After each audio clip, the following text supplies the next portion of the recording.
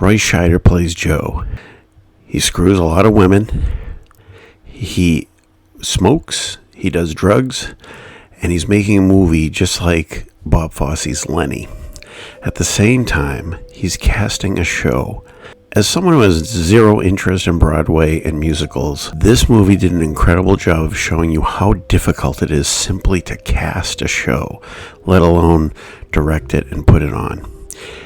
Joe has an ex-wife, a daughter, a girlfriend, and every woman who feels like jumping into the sack with him. His morning routine is taking a shower, taking his drugs, and looking in the mirror and saying, "It's showtime." Joe is very much about himself, his show, his movie, his needs, and his heart attack. He uses Giuseppe Rotugno as a cinematographer, but Fosse's style isn't as wild as Fellini's. Rotugno does an amazing job of blending the fantasy sequences with the real as he falls into an abyss. Fosse was mostly about Broadway. He only made a handful of movies, so his directing style isn't as celebrated as some. Roy Scheider is great in what I think is his best role. He got the part after Richard Dreyfus pulled out.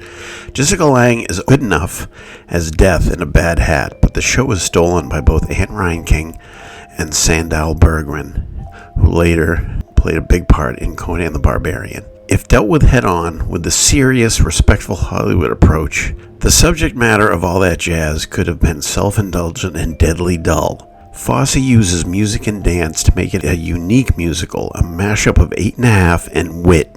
All That Jazz is more stylish and stranger than I expected, and it ends in one of my favorite final shots of all movies. All That Jazz is imaginative, beautifully paced, and it left me in a state no musical I've ever sat through has. Besides Singing in the Rain, Saturday Night Fever, and All That Jazz, I've seen maybe 3 other musicals. I'm not claiming to be an expert on the genre, but if you like musicals at all, you should see All That Jazz.